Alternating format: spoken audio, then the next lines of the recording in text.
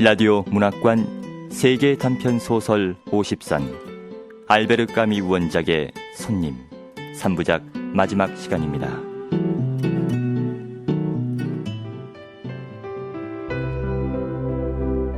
지난 이야기. 헌병 발두시는 다류에게 아랍인 죄수를 탱기에 넘겨주라는 명령을 전하지만 다류는 거절한다. 다류에게 호의적이었던 발두시는 명령에 복종하라고 충고를 한 후에 죄수를 인도했다는 서명을 받아서 길을 떠났다. 다류는 죄수가 도망치기를 바라지만 죄수는 도망치지 않는다.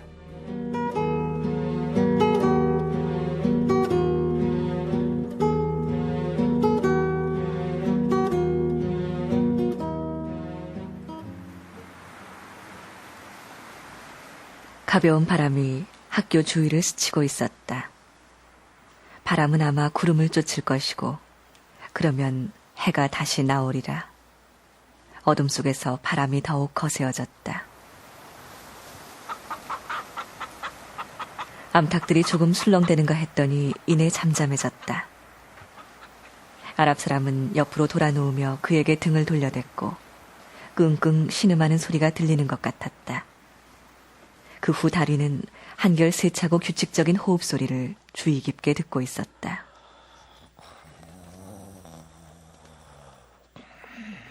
다리는 그토록 가까이에서 나는 숨소리에 귀를 기울이며 잠을 이루지 못한 채 몽상에 잠겼다. 1년째 혼자서 자는 방 안에서의 이 존재는 그에게 거북스러웠다. 또한 이 존재가 거북스러운 것은 지금의 상황에 있어서는 거절할 수밖에 없는 친밀감을 강요하기 때문이었다. 그는 이런 친밀감이 어떤 것인지 잘 알고 있었다. 병정들이건 포로들이건 같은 방을 쓰는 사람들은 죄다 그렇지. 잠자리에 들려고 옷을 벗는 것과 동시에 무장도 풀어버리거든.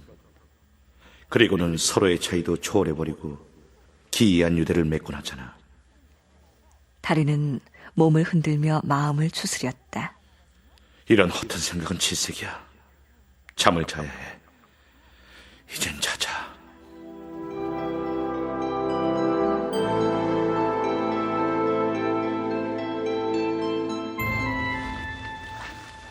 그러나 잠시 후 아랍 사람이 아주 약간 뒤척였을 때까지도 다리는 잠을 이루지 못했다. 죄수가 두 번째로 움직이자 그는 경계하며 긴장했다. 아랍 사람은 마치 몽유병자 같은 몸짓으로 두 팔을 짚고 천천히 몸을 일으켰다. 그는 침대 위에 일어나 앉더니 다리 쪽은 돌아보지도 않은 채 모든 주의력을 다해서 무엇인가 귀를 기울이는 듯이 그냥 가만히 앉아 기다렸다. 다리는 꼼짝도 하지 않았다. 권총을 책상 서랍 안에 넣어두었지. 책상 서랍에서 권총을 꺼내서 저자를 제압하는 거야. 지체 없이 행동으로 옮기는 게 좋겠어. 그러나 그는 여전히 죄수를 살펴보고만 있었다. 죄수는 아까와 같이 부드럽고 느린 동작으로 발을 땅에 내려놓더니 한동안 기다렸다가 천천히 일어서기 시작했다. 다리가 그를 막 부르려 하는데 이번엔 자연스러운 그러나 한없이 고요한 걸음으로 걷기 시작했다. 그는 헛간 쪽으로 난 안쪽 문으로 나갔다.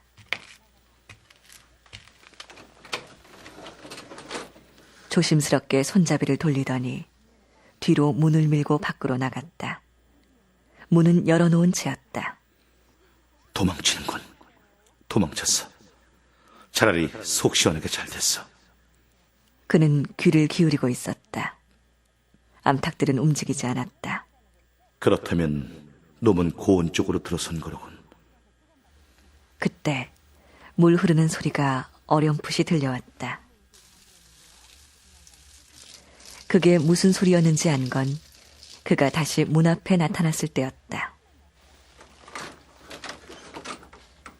그는 문을 조심스럽게 닫고 소리 없이 잠자리로 와서 다시 들어누웠다.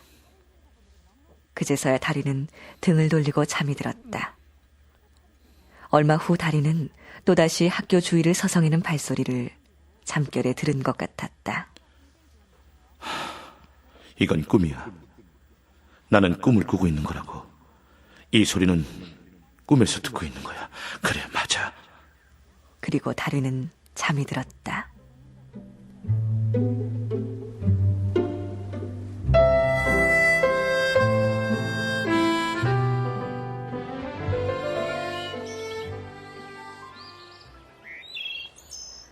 잠을 깨보니 하늘은 개어 있었다. 이가 잘 들어맞지 않는 창문 틈새로 차고 맑은 공기가 스며들고 있었다. 아랍 사람은 담요 속에서 몸을 웅크리고 입을 벌린 채 마음 놓고 잠자고 있었다. 이봐. 이봐. 다리가 흔들어 깨우자 벌떡 일어나서 정신 나간 눈으로 바라보는 것이 그가 누군지 알아보지 못하는 것 같았다. 겁먹을 거 없네. 나야. 아침을 먹어야지. 네. 아랍 사람은 고개를 끄덕이며 대답했고 그의 얼굴엔 다시 안도하는 기색이 돌아왔지만 여전히 허탈하고 얼빠진 표정이었다. 커피가 다 끓었네. 이쪽으로 앉게. 고맙습니다. 그들은 둘 다 간이 침대 위에 같이 앉아서 커피를 마시고 전병 조각을 씹었다. 그 후 다리는 아랍 사람을 헛간으로 데리고 가서 자신이 세수를 하는 수도를 가리켰다. 좀 씻게나. 알겠습니다. 다리는 방으로 돌아와서 모포와 간이 침대를 접고 자기 침대를 정돈한 다음 방안을 청소했다. 그것이 끝나자 교실을 거쳐 앞들로 나갔다. 태양은 벌써 푸른 하늘에 솟아올라 있었다. 부드럽고 생기 있는 빛이 인적 없는 고원을 적시고 있었다. 발디 씨, 그에게 몹쓸 짓을 했어. 그와 한턱속이 되기를 원하지 않는다는 듯 굴다니. 웬일인지 허전하고 무방비 상태가 된 느낌이었다. 이때 학교 저쪽에서 죄수가 기침을 했다. 다리는 거의 자신도 모르게 귀를 기울였다. 그리고는 성이 나서 자갈을 하나 집어 던졌다. 돌은 공중에 쌩 하고 나르더니 눈 속에 박혔다. 다리는 사나이가 저지른 바보 같은 범죄에 대해 화가 치밀어 올랐다. 그럴 순 없어. 그를 넘겨준다는 건 명예상 할 짓이 아니야. 생각하기만 해도 모욕감이 들어 미칠 것 같았다. 그래서 그는 이 아랍 사람을 그에게 보낸 자기 편 사람들과 감히 사람을 죽이고도 도망치지 않는 이 작자가 저주스러웠다.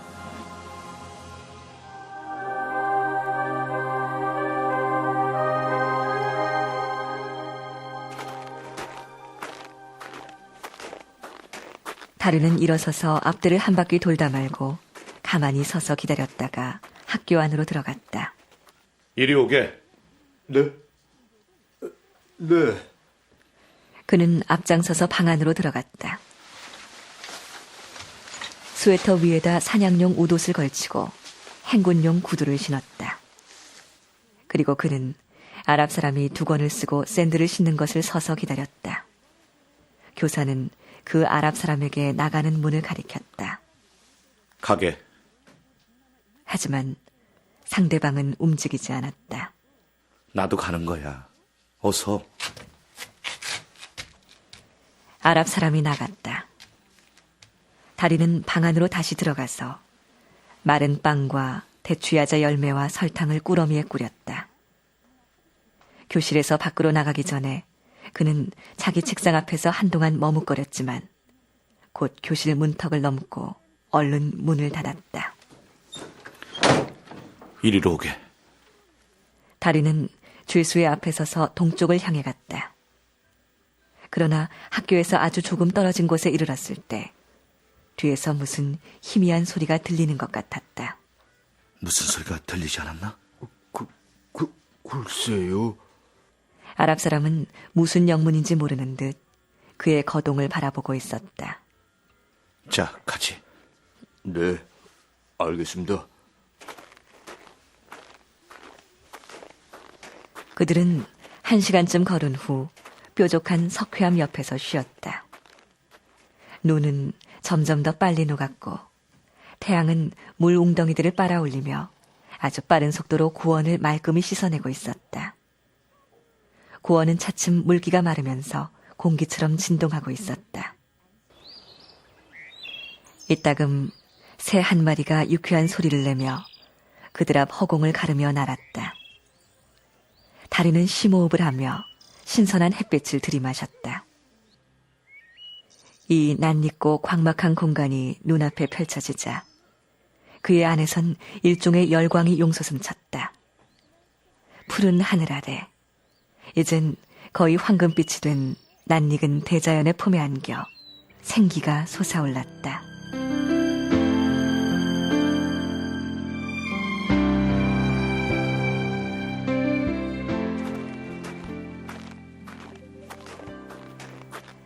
그들은 다시 남쪽을 향해 내려가면서 1시간을 걸었다.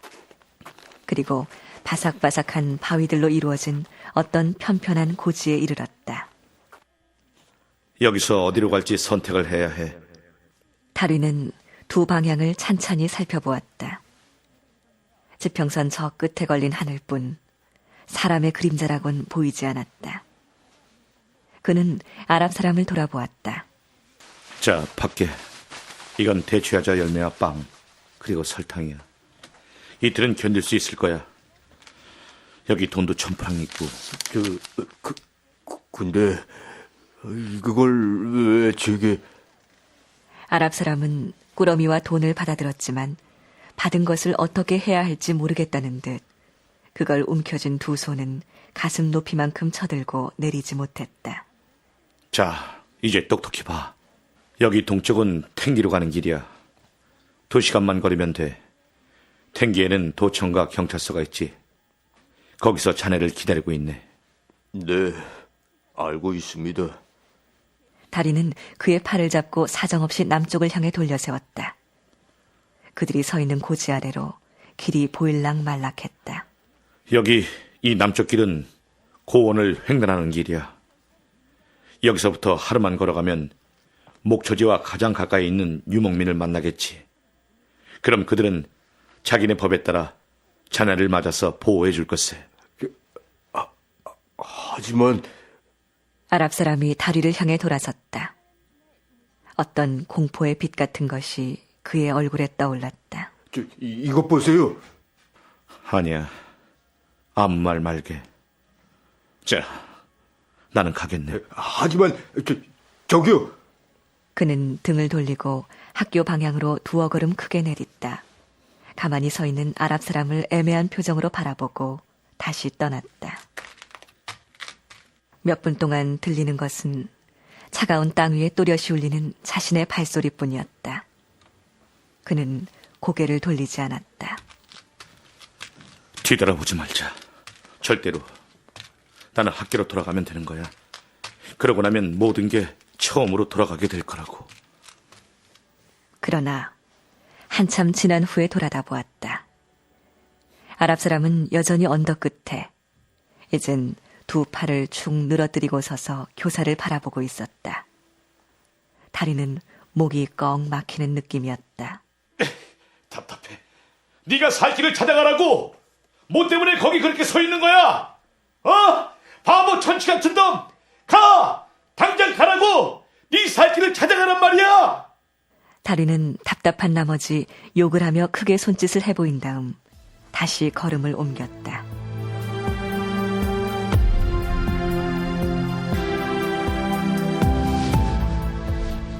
그가 다시 멈춰서서 돌아보았을 때는 벌써 멀리 온 뒤였다.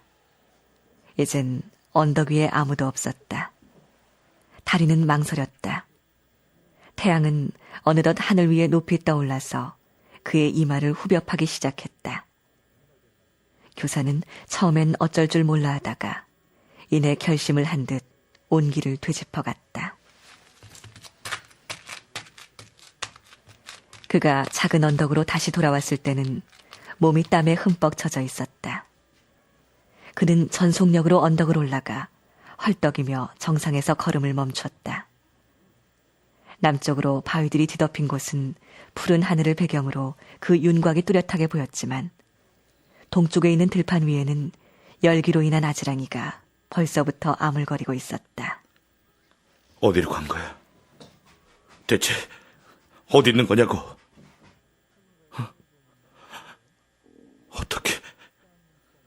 다리는 이 가벼운 안개 속에서 감옥으로 가는 길을 천천히 걷고 있는 아랍 사람을 발견하고 가슴이 찢어지는 것만 같았다.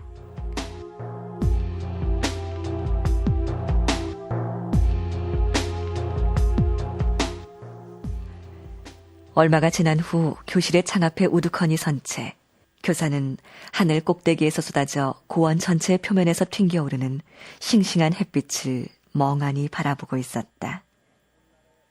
그의 등 뒤 흙판 위에는 꾸불꾸불한 프랑스 강들 사이로 어느 서투른 손이 분필로 써놓은 글자가 보였다. 그도 이제 막 그걸 읽고 난 참이었다. 너는 우리의 형제를 넘겨주었다. 그 대가를 칠 것이야. 다리는 하늘과 고원, 그리고 저 너머 바다에 이르기까지 펼쳐진 보이지 않는 땅들을 응시하고 있었다. 그가 그토록 사랑했던 이 광막한 고장에서 그는 혼자였다.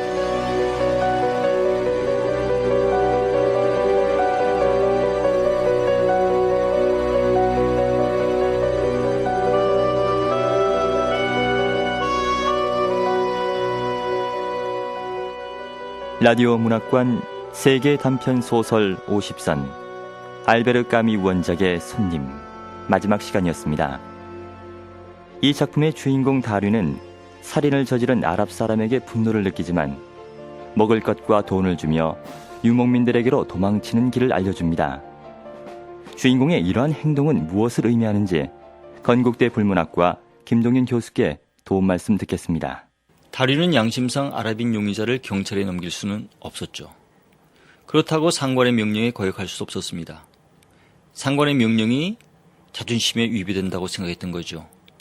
다류는 그 누구보다도 까미를 닮은 인물입니다. 다리와 아랍인 사이에 모종의 따뜻한 마음이 교환됐습니다. 다류는 포로에게 정중한 대접을 한 것이죠. 그러나 막상 그를 다른 사람에게 넘겨주어야 하는 순간 다류는 망설입니다. 주제의식은 모순된 두 가지 선택지 앞에서 방황하는 주인공의 내면적 갈등을 잘 보여주고 있습니다. 즉 아랍인 살인자를 군 경찰에 인도하는 일은 양심이 허락하지 않고 그렇다고 해서 발디시의 명령에 거역할 수도 없습니다. 이는 알제리와 프랑스 전쟁 당시 알제리 출신 프랑스 지식인이 갖는 고뇌를 반영하고 있습니다. 자신의 국적인 프랑스를 배반할 수도 없고 자신이 태어난 제2의 조국 알제리를 버릴 수도 없습니다. 그는 깐디와 마찬가지로 비폭력을 신봉하고 있습니다. 그래서 모든 독재와 폭정에 대한 비폭력과 정의를 외친 겁니다. 까미는 반항한다, 고로 존재한다는 유명한 말을 남겼죠. 이 말은 결코 치기 어린 반항이 아닙니다. 여기서 반항이란 영어로 리볼트인데 이것은 전쟁, 가난, 기한, 모든 부정의와 폭력에 대한 강력한 저항의 몸짓입니다. 그런데 이런 저항은 반드시 비폭력적이고 평화로운 수단에 의해서 이루어져야 합니다. 아마도 주인공 다류가 아랍 사람에게 자신의 길을 자유롭게 선택하도록 한 것은 반항의 철학의 한 적극적인 형태라고 볼 수가 있겠습니다. 지금까지 출연 오길경, 김영진, 김민석, 이원상, 김창열, 정영웅, 기술 김태호, 효과 이영문, 정현재, 음악 김지연이었습니다. 권윤의 연출, 정진아 극본, 알베르 까미 원작의 손님 마지막 회를 마칩니다.